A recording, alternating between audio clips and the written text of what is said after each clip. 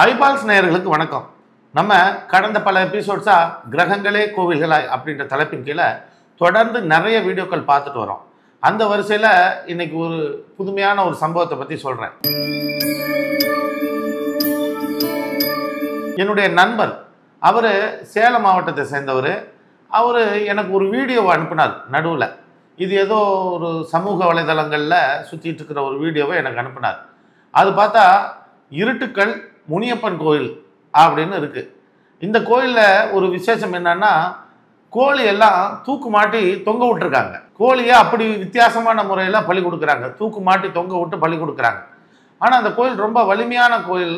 நான் இந்த கோயிலுக்கு நிறைய தடவை போயிருக்கேன்னு அவர் சொன்னார். என்கிட்ட சொல்லி, சார் இப்படி இந்த கோயிலுக்கு நான் தொடர்ந்து போயிட்டு இருந்தேன் சார், இது போயிட்டு இருந்த காலத்தில் ஒரு அதிசயமான சம்பவம் நடந்தது அப்படின்னு சொல்லி அவர் ஒரு சம்பவத்தையும் சொன்னார். என்ன சம்பவம் அப்படின்னா, அவங்க குடும்பத்தில் அவங்க அம்மாவுக்கு வயத்தில் ஒரு கட்டி இருக்கிறதாக இவங்க டாக்டர் சொல்லியிருக்கிறாங்க. அவங்க அம்மா வயத்து வலியில் கஷ்டப்பட்டு இருக்கிறாங்க. அப்போ டாக்டர் வந்து பயமுறுத்தி விட்டுருக்கிறாரு, இது கேன்சராகவும் இருக்கலாம், கேன்சர் கட்டி மாதிரியும் இருக்கலாம் அப்படின்னு சொல்லி பயமுறுத்திருக்கிறாங்க யாரும். இப்போ இவங்கெல்லாம் பயந்து போயிட்டு இருக்கிறாங்க. பயந்து போயிட்டு இந்த பையன் தொடர்ந்து பயந்து போய் அந்த கோயிலுக்கு தொடர்ச்சியாக போக ஆரம்பிச்சிட்டார் தன்னோட தாய்க்காக. இவர் கோயிலுக்கு போயிட்டு ஏதோ பிரசாதம் வாங்கி கொண்டு போய் அவங்க அம்மா கொடுத்துருக்கிறாரு.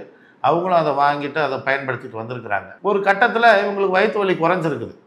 அப்போது வேற ஒரு டாக்டர்கிட்ட போய் பார்த்தா அந்த டாக்டர் சொன்னாரா, அது கட்டியே கிடையாதுன்ட்டாராம். அது சாதா ஏதோ உருவாகிற ஒரு விஷயம், அது தன்னால் அது சரியாக போயிடுச்சு அப்படின்ற மாதிரி சொல்லிட்டு இருக்கிறாரு. இவங்களுக்கு ஆச்சரியமா, ஒரு கட்டின்னு ஒன்று உருவாயிடுச்சுன்னா அது எப்படி அது அங்கேருந்து விலகி போகும், அந்த கட்டி எப்படி கரைஞ்சு போகும்? இது உண்மையிலேயே இது தன்னால் போனது கிடையாது. இந்த டாக்டருக்கு அது தெரியாது. அந்த கோயிலில் இருக்கக்கூடிய அந்த இறைவன் தான் இதை சரி செஞ்சார் அப்படின்னு அவர் நம்புறார். அவர் நம்பிட்டு என்கிட்ட சொல்கிறாரு, சார் இது உண்மைதானா அப்படின்னு கேட்டார். இப்போ நான் இது உண்மை இல்லையான்றது அந்த கோயிலுக்கு போயிருந்தா நான் சில விஷயங்களை பயன்படுத்தி பார்த்துருந்தா எனக்கு தெரிஞ்சிருக்கும். ஆனால் நான் அந்த கோயிலுக்கு போகலை, எப்படி நான் இதை ஒத்துக்கிறது? அப்போது அவங்க அம்மாவுடைய ஜாதகத்தை அவர் எனக்கு அனுப்பி வச்சார். அந்த ஜாதகத்தில் பார்த்தா வயிற்றை குறிக்கக்கூடிய இடங்களில் செவ்வாயும் சனியும் இருந்தது. இந்த செவ்வாயும் சனியும் அப்படின்னா, இந்த இருட்டுக்கல் அப்படிங்கிறது சனியும் செவ்வாயும், இந்த முனியப்பன்கிறது சனி தான். இதில் சூரியன்ற கிரகம் மறைமுகமாக ஒளிந்திருந்து உள்ளே இருந்து வரும். இப்போ இந்த இரண்டு கிரகங்கள் மேஜரான கிரகங்கள் செவ்வாயும் சனியும், மூன்றாவதாக ஒரு கிரகம் சூரியன். மூன்று கிரகங்களும் என்னத்தை செய்யும் அப்படின்னா, தீர்க்க முடியாத வியாதிகள் இருந்தால் அந்த வியாதிகளை தீர்த்து வைக்கக்கூடிய ஸ்தலமாக அது இருக்கும். இப்போ இது புது கோயிலோ பழைய கோயிலோ எனக்கு தெரியாது. ஆனால் அந்த கோயிலுடைய பேர் பார்த்தீங்கன்னா இருட்டுக்கல் முனியப்பன் அப்படின்றது இந்த மூன்று கிரகங்களை குறிக்கக்கூடியது. அந்த கோயிலில் ஏன் பலி கொடுக்குறாங்க, வினோதமான முறையில் எதுக்காக பலி கொடுக்குறாங்க அப்படின்னா, இந்த மூன்று கிரகங்களில் சில கிரகம் கோழியை தான் குறிக்கும். அதில் மற்றொரு கிரகம் என்ன வந்ததுன்னா அதோடைய அகால மரணத்தை கொடுக்கும். அப்போ பலி கொடுக்கறதுக்கு உண்டான கிரகமும் இதுக்குள்ளே தான் இருக்குது. அப்போது வித்தியாசமான பலி கொடுக்கறது அங்கே நடக்குது. இது நீண்ட காலமாக நடக்குது. ஒரு சம்பவத்தையும் அவர் சொல்லியிருக்கிறார். இது போல் எங்கள் அம்மாவுக்கு இப்படி ஒரு பிரச்சனை அதுவும் சரியாக போச்சு அப்படின்னாரு.